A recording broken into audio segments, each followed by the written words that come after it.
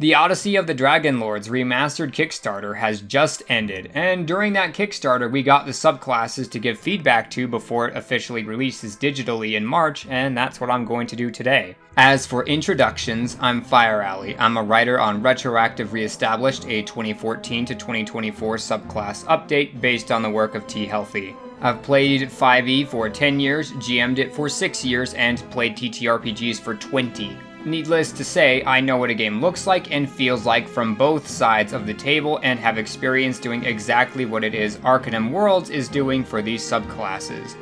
I hope that my experience can prove useful to Arcanum Worlds' team and improve the final product. So a general note before we start with the subclasses: actions, bonus actions, and reactions use the term take a, insert the action type here, or as a action type here. Second, replace you may use with you can use. I know that grammatically we are trying to use you may, especially if you're familiar with Magic the Gathering. However, it implies that you can already do something when you could not do it before, which is why it uses can, and D&D 5th edition from Wizards of the Coast is extremely consistent in their use of can over may. Third, known spells do not exist anymore. They are all prepared. Bard, Sorcerer, Ranger, Paladin, and Warlock especially need to take note of this. And fourth, there is no more Shield, Light, Medium, or Heavy Armor proficiency. It's now all called Training. Also, if I do not mention a class feature, it means I like it as it is and have no critiques on it. And with that out of the way, let's go talk about the first subclass. The Herculean Path. I'd advise this level 3 feature give you proficiency and expertise in athletics, and if you already had proficiency, you gain proficiency with another skill on the Barbarians list. This makes it a bit more universally useful to you, and makes it so there isn't feeling like you're losing out by not having athletics as it is. The second thing I want to note on this is unarmed strikes include grapples as it is. Specify that this unarmed strike lets you take both the damage and grapple options like in the grappler feat. Level 6, Longbow Expert, you may want to make it clearer that this doesn't count against the weapon masteries that you can use. And Greatbow, I'd simply just allow it so you can use strength with all longbows. It's a good feature, and I don't think it is unreasonable to be able to pass a bow around over to this barbarian. It's not that broken, and the caveats and tape is just a little cumbersome. And also, if you do it this way, a convenient way that it can be worded is by using the finesse weapon property on longbows that you are holding, as finesse lets you use your strength or your dexterity, so it can actually apply backwards, which is a neat little trick. With level 14, capitalize action, as it is a keyword, probably change it to a 50-foot emanation, and I will point out, this effect is so big that it will almost certainly do more damage to your allies than to your enemies. I would advise changing it to be enemies within range, rather than each creature, so that way your allies are safe.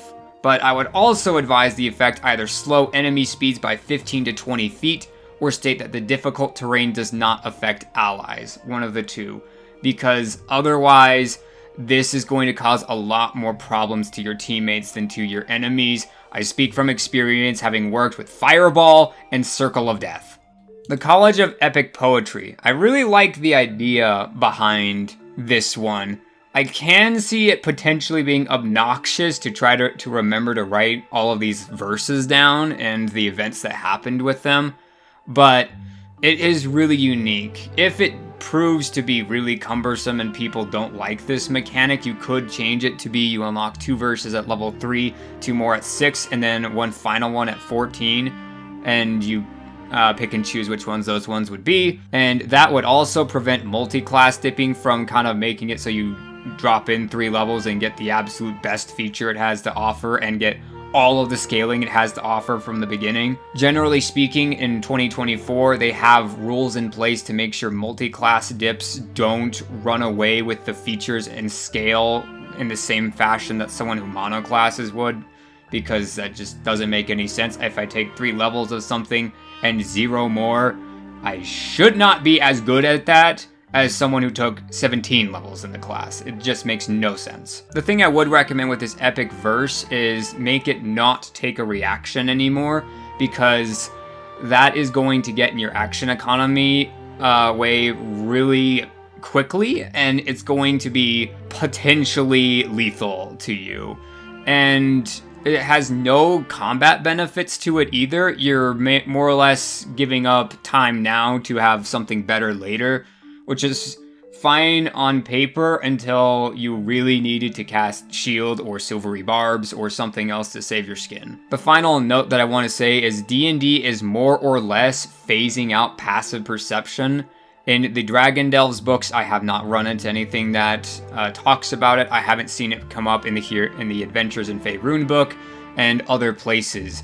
And so as a result, I would recommend, if you can get away with removing passive perception from Odyssey of the Dragonlords, to do so and make this give you advantage on the search action instead, or 5 feet of blind sight, depending on which is better suited to the adventures.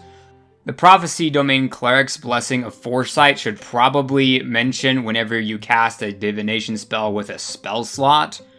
Most abilities of this caliber in 2024 have that status on it, because when you cast a spell without a spell slot, you can potentially cast 2 spells. With Prophetic Stance, first it should say D20 test instead of attack roll, saving throw, or ability check. You did do this later on for the Warlock, but it was missed here. Secondly, I feel like this ability is too good. Overall, you're getting more portent dice than the Divination Wizard, because you have 4 to begin with, and you get 2 back on a short rest if you spent all of them anyway. And it makes it kind of take away what makes the Divination Wizard unique and interesting, and makes this kind of feel like it's just a better subclass for those features. Because of this, I think a improvement could be using Channel Divinity to ready a divination spell or spell that restores hit points as a bonus action rather than an action, without expending a spell slot until the reaction is triggered. It's quite strong, it meshes with the other level 3 ability and makes the level 6 ability a significant upgrade. It could even just apply to the Channel Divinity to make it even better. My current observation is I think the ready action part of this will not be used much as is, because it requires both your reaction and your action, and the second ability to move and spellcast is generally better because it's just a reaction to cast another spell, which lets you cast 2, maybe even 3 times around. It's going to be just 1 burst round, but that is an incredibly potent 1 round. And moreover, it's a short rest recharge, so it's just going to come back online faster than the other one is going to be getting I don't have any more of these use. If we go with my suggestion for level 3, where we allow the Channel Divinity to let you ready a spell as a bonus action rather than an action, this level 6 ability can make it so you are also able to move up to your speed as part of the same reaction, which would glue these 2 abilities together much more nicely. And you could also make it so you can have divination spells on the list of things that you can ready without concentration for the purposes of something like True Strike, or maybe Arcane Eye, something that you could use in combat that would be useful to you. Level 17, I'm not sure what objectives is meant to mean. I think it's a typo for objects, but you'd have to let me know on that one. If my changes are followed through, a potential angle would be when you use Prophetic Chance as a Channel Divinity, you gain the additional benefits of, after casting a divination spell using a spell slot, you gain the benefits listed with Dark Vision in our current draft for 10 minutes. When you ready a spell that restores hit points, you can take the highest value possible of a number of dice equal to the level of the spell slot expended. When you ready a spell that requires an attack roll or saving throw, you can select any number between 1 and 19 on the d20 as stated for 1 attack roll or 1 creature in the effect's saving throw. But overall, I really like the idea of making this subclass hinge around readied actions being utilized, where the prophecy is one that you are making as you go, where you are trying to predict the battlefield and are hugely rewarded when you do so. I think that's a much more interesting angle than the Portent dice. Circle of Sacrifice. So, with the spells, druids already get the ability to add their wisdom to their cantrips at level 7 if they choose to do so, and as a result, these two abilities would stack together, so your Produce Flames would probably be doing at that level 2d8 plus 8, which is the same amount of damage as a level 17 Produce Flames without the ability. It's pretty potent, so just something to be mindful of. This is stronger than it used to be. Ritual of Sacrifice, I will say most kill abilities have been altered so that way you don't necessarily have to be the one doing the kill. You just have to be close to it, as mentioned in the Fiend Warlock in the 2024 handbook. However, you do address this at level 10, so you might want to move it down if you want it to be accessible earlier, like with the Fiend Warlock, or if you're okay with most of campaigns making that the end game ability, there's that too. The level 6 ability should say you regain all expended sprigs of mistletoe when you finish a long rest, rather than completing. Level 10, you need to make note Lesser Restoration is now a bonus action and not an action, and you should probably specify that it doesn't use a spell slot like the other 4 mistletoe spells do. And don't forget that you can take a bonus action terminology here too. With Sacrificial Offering, most effects like this end early when you're incapacitated in 2024, and I don't really see a reason why that shouldn't be the case here too, but that's more for the sake of consistency than for power balancing. The level 14 bump of what you can do with these dice makes it so you're effectively able to cast a 7th level Cure Wounds for free once per day. It takes you from 49 extra points of healing to 63, which means if you cast it on top of a 7th level Cure Wounds, you could heal roughly 126 hit points. In 2014, this was about 90 hit points. So this is a lot stronger than it used to be, and I'm just bringing this to your attention. If you think that's fine, good, and if that's a little too much healing for you guys, then I'd recommend keeping them at D6s. The Dragon Knight. This is a very difficult subclass for me to go over. I'm going to more or less say from the beginning, I would highly recommend looking at the Purple Dragon Knight Unearthed Arcana. While Wizards of the Coast did not stick with this, I think it lays out really good groundwork for how you could potentially implement a pet-based subclass. So I see a lot of problems coming up with this in the future. Overall, in 2024, your bonus action is a lot more valuable than it used to be. Potions are being used for it. Your second wind is being used for it. Offhand attacks can be used for it. There's a lot of things that feed into a bonus action very quickly, and all of them are competing with the ability to use your subclass when it takes a bonus action to command it. And in addition, I don't think the dragon alone is enough to substantiate being all of the class's abilities until it is at least level 15 and higher, where I think its damage begins to come back into being useful. If it is going to be the only thing that upgrades with your subclass levels, it needs to have a lot more in its kit. It needs to have better save DCs, better attack rolls, probably scaling off of yours, and taking pages from the new dragons, it should probably have some spells or second wind costing abilities that are like the dragon's legendary actions, like the Noxious Miasma. As is, it's about the power level of a summon spell while eating up your bonus action, I would say. And before we exit here, I'll also point out the adult stat block loses an AC out of nowhere. I think that's a typo. And the other thing I will say is tying the bond down to the bond of the Dragonlord spell, I'm not a huge fan of, because this is a spell that you can only cast once in the entire game. To me, that seems like it should just be a ritual that we take note of that anyone can perform in the book, whether they have magic or not. because a spell should be able to be cast multiple times. The only one that has a stipulation like that is Ceremony, and that's only one of its 5 effects.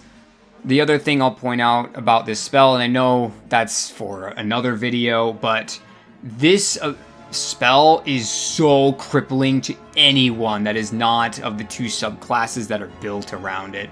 It effectively drops your HP down to 45 at the most, and every time it dies, you have to spend $300 and a 3rd level spell slot to revive it, and if you don't, you just die, and you have to wait for Raise Dead, or worse, you use Raise Dead, and then your guy also has a -4 to everything for 4 days, and then you have to wait for him to get better, or worse, you get attacked and he's completely useless, and then you die again. Hoplite Soldier. The level 3 ability, Hoplite Protection, should probably state if you already have this fighting style, you can pick another just to cover your bases. Reprisal should probably specify within the weapon's normal range unless it actually does allow you to reach within 10 feet of that opportunity attack, in which case it should say that instead. I propose rewording Shield Wall as, while holding a shield, allies also holding a shield within 5 feet of you gain a +2 bonus to their AC, and you receive an additional +1 bonus to your AC. To me, that makes it a bit easier to streamline. It is able to be understood, but I had to read it 3 or 4 times to truly flush it out, and I think this makes it a bit easier on the first go around using the new terminologies of allies. Spear Mastery's second half has Polearm Master overlap, and I would highly advise against giving out abilities that mimic feats past level 4, especially for fighters who have 2 feats by this level, because you could already have taken it by this point, and then it becomes useless to you, or any synergy that you might have had is lost. And I believe why you guys did this is because feats in 2014 were optional rules, so it was a lot of like free pickings for subclass abilities, and I don't think there was anything wrong with that, but because they are no longer optional rules, I think you need to play around them. Disciplined Defense is really good, and it renders the protection fighting style nearly pointless. Perhaps it should upgrade Shield Wall to affect all allies and not those wearing shields instead, or at the very least the +2 benefit to someone who's standing next to you, because this would create a synergy between these 2 abilities where disadvantage on a target with +2 AC being super potent, rather than making it so, generally speaking, you're just gonna make the guy always miss because you added +3 to 5 to his AC. Another option is to replace Hoplite Protection with this ability and have it scale off of the player's Constitution modifier per short rest, and then give a fighting style or origin feat at this level. Origin feats are very strong. Level 15. I should have added this to my early addendums as well, but proficiency bonuses are not referenced anymore with any subclass at all in the player's handbook or in Heroes of Faerun, and any Unearthed Arcana has also done this. They just do not refer to proficiency bonus anymore. And this is so multi-classing, again, does not make it so level dipping becomes more efficient than actually taking the class to its full extent. So my advice for Shield Buster is to make it use your strength modifier twice rather than strength plus proficiency bonus. With the latter half of this ability, I would say remove the unarmed strike clause, as the ability specifies it applies to melee weapons and nothing else. If it should affect unarmed strikes as well, add melee weapons or unarmed strikes to that first clause in this part. Phalanx Wrecker should probably say you make a single melee attack against all creatures within your reach. Just make it easy. I would advise against making a different roll for every target, because this means you could easily end up rolling 16 d20s against 2 targets. It really slows the game down and is not super necessary. If this was intended to have a once per turn limit because of just the sheer amount of attacks you could make otherwise, it needs to say so. As is, you can replace every single attack with this, and there's no reason not to do it the moment there's 2 enemies near you. I'll also point out this ability is also stronger than it used to be because of weapon masteries and the fighter's ability to keep swapping around their weapon masteries as they hit things. So you could potentially give things disadvantage, make them topple, and push them out, all within one set of swings. Personally, I think it would be easier to let you take an action to roll your weapon's damage dice 4 times as a 10-foot emanation strength save that also does shield buster if the target fails. Although I also find it a little interesting that this ability wants you to be next to enemies when all of the other abilities have wanted you to be next to allies. Way of the Shield. With Odyssean technique, you need to include acrobatic movement to the list of shield exclusions. It's the only one you're missing. Deflect missiles is now deflect attacks, and it does not require a free hand anymore. And you cannot catch the projectile. Overall, Monk's subclasses give out some of the most powerful features in the game because they don't have a whole lot of versatility and are very committal. And as a result, I think this ability needs to be a little bit more powerful to be in line with that. I propose 2 changes to make it on par. The first one is allow shields to be used as part of an unarmed strike and receive their +1, 2, 3 bonuses as part of the attack roll for that to further incentivize using it. The second thing I would advise is allow deflect attacks to be used on someone within 5 feet of you as long as you're wielding a shield. So that way you can be a bit of a helpful defender as well, similar to the Hoplite, but using monk abilities. Vaulting Strike from the level 6 ability is, as it currently stands, the worst focus point ability you have. Flurry of Blows, Step of the Wind, and Patient Defense are all much stronger. One lets you attack 2 times, eventually 3 more times, and both of the other ones make it so you take no opportunity attacks and both dodge or dash for the same price. Flurry of Blows will let you attack 4 times in a turn, letting you roll 4 d20s for a chance to crit instead of 3, and on a failure to crit, you're doing 4 dice of damage rather than 2, and you get to add your modifier to all of those. Because of all this, my advice is that it lets you take the disengage action like the other 2, and you can jump up to your dexterity in feet or spend 10 feet of movement to jump 30 feet as like the jump spell, and you deal 3 martial arts dice of damage in a 5-foot area around where you land as a strength save, half on a pass. Counterattack needs to include unarmed strikes in the description as well, otherwise you have to have a weapon in hand. As it is, Shell of the Dragon Turtle would be one of the weakest features in the game, particularly because this monk could pick up Defensive Duelist and get significantly more AC out of it. Every monk at level 11 significantly improves upon its prior abilities, and in many cases, honestly, the level 11 ability is the best ability a monk gets. I would recommend when you are hit with an attack roll, as a reaction, you can spend 1 focus point to get +3 to your AC until the start of your next turn, including against the triggering attack. And you can use deflect attacks with its extra focus point effect once in response to its trigger without taking a reaction or spending a focus point until the start of your next turn. This makes it so you have the AC bonus, and if you happen to get hit anyway, you can still reduce the damage and reflect some damage if you manage to drop it all the way down to 0, vastly improving on prior abilities while still making it so you can use your shield as an AC boost. Undaunted Spirit, the level 6 Elementalist monk, does about the same amount of damage if you lack a +1, 2, or 3 shield at any rate. I find this ability interesting because using your action means Flurry of Blows is still available to you, so you can potentially make a lot of attacks and do good damage all the same, but I still think the ability is just a little bit too weak right now, so I think it should take 1 focus point to acquire 2 targets, and then you can bring it up to 3 focus points to acquire the full 4 targets, and that should bring it exactly where it needs to be, I would say, and then leave everything else the same. The only final thing I have to say about it is it needs to clarify if you need to doff the shield in order to throw it, and if you do have to doff it, can you don it again without using an action when it comes back? The Amazon Ranger. With the spells that you gave the Amazon Ranger, I would say you need to take another look at Fine Steed in particular, because that is one of the most powerful spells in the game now.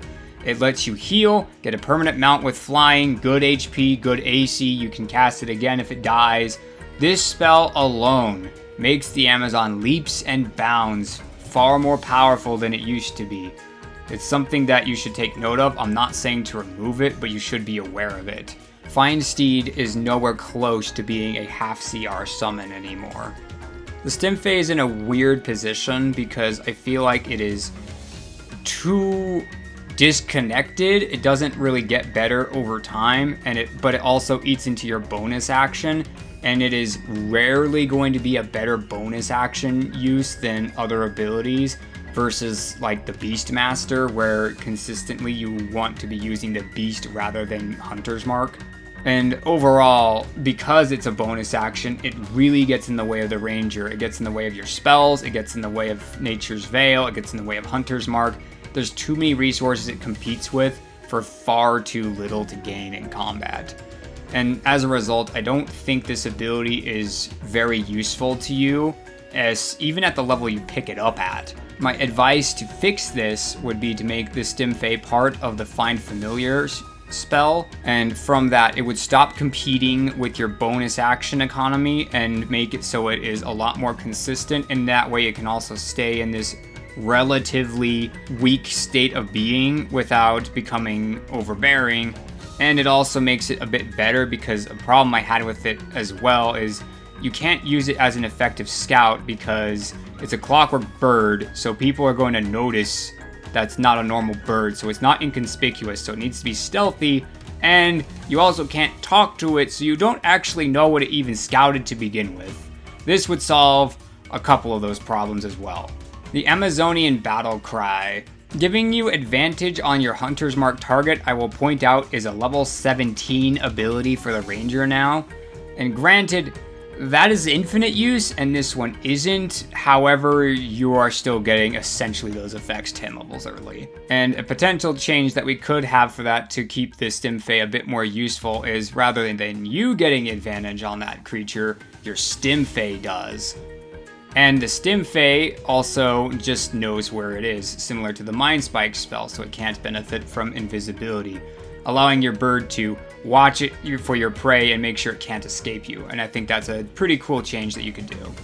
And then with the second half of this, I will point out that the 2024 Rangers are moving in a direction where Hunter's Mark concentration gives you benefits, and these benefits are extremely potent. So rather than making it so this is wisdom modifier uses per long rest at the start of a turn, I would propose that resistance to bludgeoning, piercing, and slashing damage and advantage on saving throws against being frightened or paralyzed become part of your Hunter's Mark concentration, as is becoming the standard, starting with the Heroes of Fae runebook and the other Unearthed Arcanas that have released recently. And overall, the reason why this is done is because Ranger is one of the weaker classes in the game, so it has some of the strongest subclass abilities. Chakram technique. It should be specified if the Chakram ignores total cover, half cover, and 3/4 cover normally, or if this is just a special use of it. While a cool ability, Rangers actually have decent AoE options. They have Conjure Barrage, Conjure Volley, Lightning Arrow, and a few other spells. Moreover, you will do more attacking 2 to 3 times more often than not. So I would advise making this ability grant the Nick Weapon Mastery property, or Vex if Chakrams already have it, and the Cleave Weapon Mastery property, but you add your modifier to the second target of Cleave, and the Cleave has a range of 10 feet. It would make Chakram usage far more encouraged and give similar benefits to what we already have, while building off of its usefulness to the Ranger overall. Bracer Reflection, I think, needs to be just a little bit stronger to be where it needs to be. I think a very easy change that could be done to it is when you have your Hunter's Mark target miss you as a result of using Bracer Reflection, it takes force damage equal to your Dexterity modifier plus your Hunter's Mark dice. Overall, I think this one's a little rough around the edges, but I actually really like the direction that it's going, and any subclass or class that uses a boomerang-like thing, I'm always happy to see. The Odyssean Rogue. Clever as the gods, I'm going to have a lot of things to say about. The first one being, contested abilities as a class feature are extremely rare in 2024, if seen at all, and ones that affect a creature once and never again are non-existent. I would advise against doing either of these things. I think it's perfectly fine to have this be a charisma, intelligence, or wisdom modifier uses per short rest. However, rogues typically don't have any resources unless they have a universal subclass resource at this level, and so I think it would actually be a better option to make it when you hit an enemy, the next attack from an ally has advantage on that enemy before the start of your next turn, and make it completely resourceless, you just do it. I found Notorious Trickster to be a little confusing where it's worded, so here's my revision of it. You are famed for your cleverness to the point where intelligent enemies are extremely wary of you. If you have the invisible condition and a creature has seen you within the past minute, that creature cannot make opportunity attacks. Additionally, when you hit a creature with sneak attack, if that creature is concentrating on a spell, they have disadvantage on the saving throw it takes to maintain concentration. That's my super straightforward rewording it exactly as it currently works with 2024 terms. However, I think it would be far simpler and far easier to understand if it says, while you have the invisible condition, enemies within 40 feet of you can't make opportunity attacks. Very simple, very elegant, and it makes it so you have to be somewhat close to danger, but not too close. And the reason why I don't bring up the concentration stuff in this is I think that should be a different ability once again because we are mimicking a feat. Because Mage Slayer already does this and is a bit better because it gives you essentially a legendary resistance per short rest, I think we want to decouple these two things and make it able to work with the Mage Slayer feat. And we can do that using one of the rogue's new abilities, the Cunning Strike. And so this is what I have written for that. The Odyssean Strike. It costs 4 of your sneak attack dice. If the creature is concentrating on a spell, it loses concentration on that spell if it is of 3rd level or lower. Otherwise, it makes a Constitution saving throw and loses concentration on a failure. You might want to make the dice cost go down or increase the spell concentration auto loss to 4th level, depending on how testing goes. But this works with Mage Slayer or without it, and it utilizes the new mechanic for a massive effect while maintaining the spirit of the original. Because it uses a Cunning Strike, this hit that you do here consistently is going to have a higher DC than if you just hit it with Mage Slayer alone, unless you crit. If you crit, they're just losing concentration. The second ability of Tenacious Survivor, I think, should be simplified to when you roll for initiative and are missing any hit points, you can recover up to your rogue level in hit points. In my experience, an ability that you'd get with charisma modifier regenerations, where you also add it to your initiative, means you probably have a +3 charisma, and it comes back on a short rest, and I have not seen many, if ever, more than 3 combat encounters before I got a short rest. And as a result, if you're going to be doing this every single encounter, we might as well just cut out the middleman and let you do it every single encounter. At the very least, I would advise preventing the bonus action use at the beginning of the combat, just because I personally know if I was a player, I would forget that stipulation existed all the time and then be like, oh shoot, I can't use this anymore. And I know my other players would be in a similar boat. Legendary Cunning, I think just doesn't need to reference your proficiency bonus. 1, to be in line, and number 2, because your proficiency bonus is 6 anyway, so just say you have 6 uses of it. Or tie it down to your dexterity modifier, because that could potentially grow to be 6 or greater if you have enough epic boons for it or magic items. The Demigod Sorcerer. For its spell list, you could probably future-proof this by saying, choose a Cleric domain. If it has a feature that causes spells to always be prepared, 2 of the first level spells of that domain's list are always prepared for you, and you can cast each once without expending a spell slot and regain the ability to do so again when you finish a short or long rest. Because of the availability of those first level spells, I think it could be on par with the other sorcerers. However, almost all of the other sorcerers get their own spell lists of 10 spells of 2 of each level from 1 to 5. And so you might just want to go pick out some of your favorites from that and hand that to this sorcerer instead. Inherited Strength. I'll be honest, I don't know what the goal was with this ability. You don't have any abilities that really make use of having a charisma modifier onto your attacks because you don't have weapon proficiencies, you don't have unarmed strikes, you don't have really anything to take advantage of it. And while strength saving throw proficiency is good, you are also going to have maybe a 12 in strength at the most as a sorcerer. And the other thing I'll point out here is True Strike now completely overshadows this spell because you can just take a dagger, cast True Strike, and do more damage with that than you ever could with this ability. I wish I could give advice, but again, I just don't know what the idea was with this ability or how it's supposed to fit in with the rest of the sorcerer. Empowered Magic. It steps a little bit on Twin Spell, but using that as a baseline, you can have the terms of it be, you can spend 1 sorcery point to increase the spell's effective level by 1. And then you end it with the stipulation of, you can't use this effect more than once on a turn. That makes it pretty simple. It won't really need an example, but you can have it in there if you want to.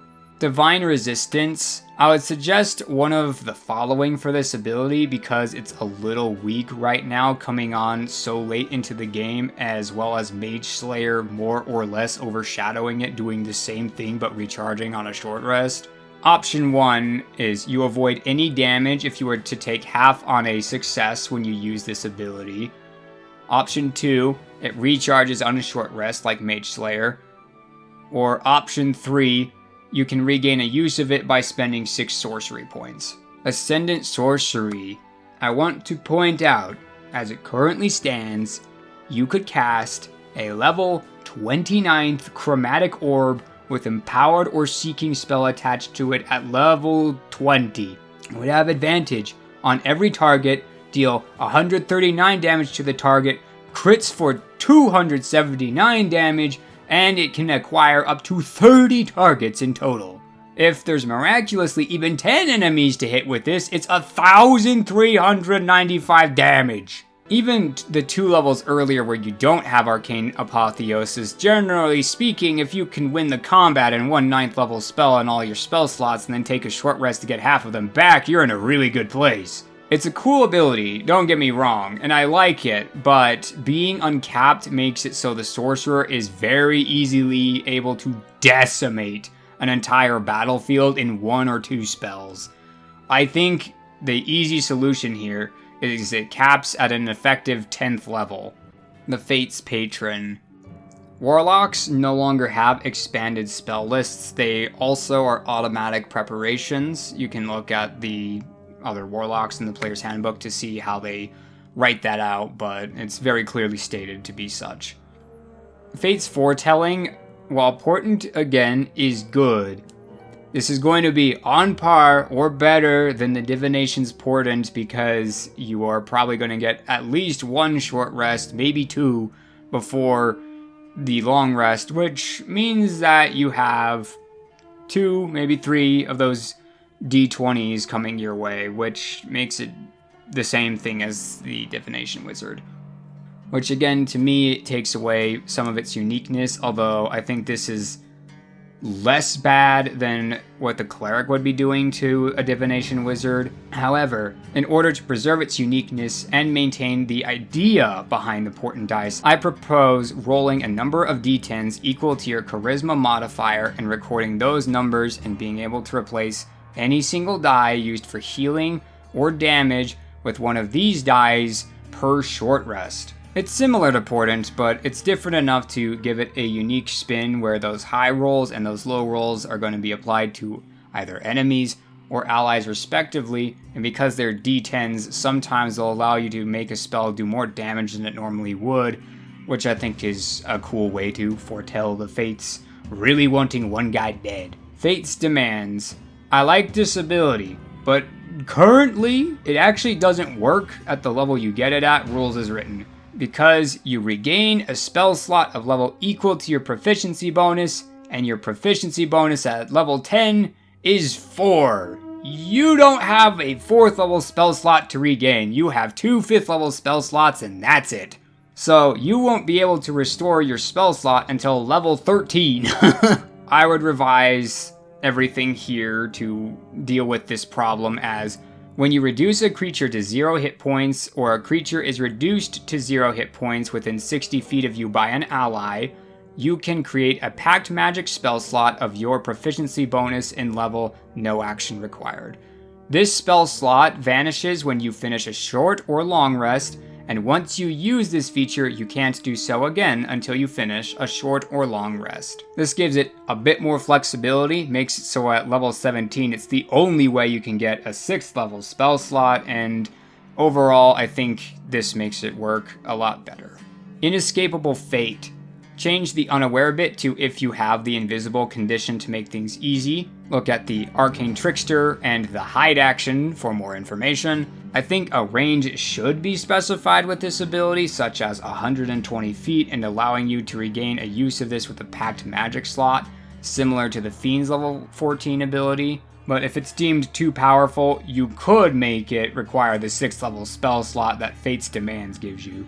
The Academy Philosopher Wizard is one of the only subclasses presented that I would ban from my table because I believe it's quite overpowered. The philosophies are the first thing that becomes overpowered because of both proficiency bonus scaling and essentially free skills. Not just because anyone can 3-level dip to get very strong abilities for the entire rest of the game's worth of scaling, but moreover, this makes the wizard have just as many skills and expertises as a rogue, pushing it into being both a caster and an expert archetype simultaneously. Wizards are meant to solve their problems with spells and magic, which is why so many of their features revolve around having a bunch of spells to address a variety of scenarios, if you are willing to part with either the spell slot or spend time on rituals. Experts, like rogues, solve scenarios with skills, and have the expertise feature to make the ones that they're specialized in consistent, which may not always be applicable,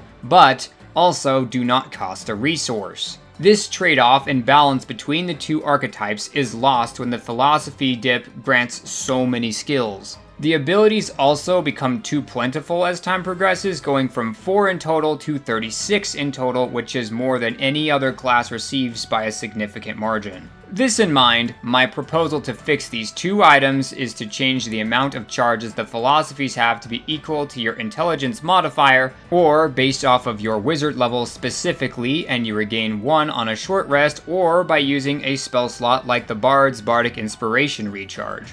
In lieu of having proficiencies and expertise, one of the charge abilities is to allow the use of intelligence instead of the usual ability score when you make a check. Advantage, if you already use intelligence. This way, there's an opportunity cost to it. It's not as good as expertise, but still gives you an edge with the skills associated with each of the philosophies. Epicureanism. Replace proficiency bonus plus intelligence for 2 times intelligence for the sake of compatibility. Math Principles is just the Evoker's level 6 ability and doesn't quite match the identity of the subclass in my opinion. I think this would be way better suited by auto-prepping and then enhancing a couple of spells that help skills and skill checks. Possibly enhance ability and guidance, maybe a concentration-free use of it, more targets, or something similar. Metaphysical Principles is the second reason I would ban this class. It's essentially a permanent ring of spell turning without needing to pass the save or be the target on a short rest. To show why this ability is so overtuned, I'll break it down into the action economy. In a round, your side has 4 actions. For the sake of simplicity, let's say there's also 4 monsters. Same supply. When you use this ability or counterspell, an enemy's action is wasted, bringing the round's actions of your 4 to the enemy's 3. However, it still goes further because you get to control that spell, even if you can't cast it, like Power Word Kill, Disintegrate, etc. Now with no save, recharge on a short rest, your side got 5 actions in a round, with 1 possibly above their power level versus the enemy's 3. That is why I would ban this ability, because it's so readily available and flips an encounter automatically.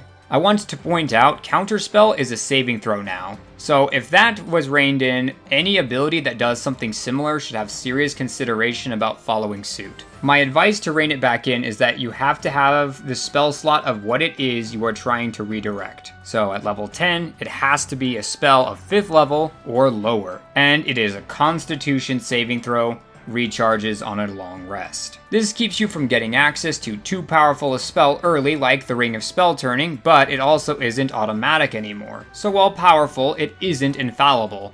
When you get it off, the battlefield is turned on its head. But to end this on a more positive note, I really liked Magical Paradox. I think you did a great job there. Overall, there's a lot of neat stuff here, but I just think it needs to be massively pulled back. And that was all of the subclasses. I'm actually really excited for this Kickstarter because Odyssey of the Dragonlords has done a lot of things that most Kickstarters don't even try to do. They made it so we have a subclass for every class, which you don't see very often, and they also are planning on doing a level 20 adventure, which is also something that you almost never see, and I'm super excited about that, probably more so than the subclasses. And if you haven't already, you can go ahead and look at the Kickstarter and become a late backer. If you like what you see here, you can continue to help them as they begin to ramp up production for March, and I would advise doing so. I'm not sponsored by them, but I just think that they are doing an interesting product and wanted to offer my 2 cents on it since I already spent a lot of time looking at it and reviewing it. I figured I might as well put my thoughts out in a video format. And so that's it from me, and I will say goodbye, and maybe I'll see you in another video if I choose to do so.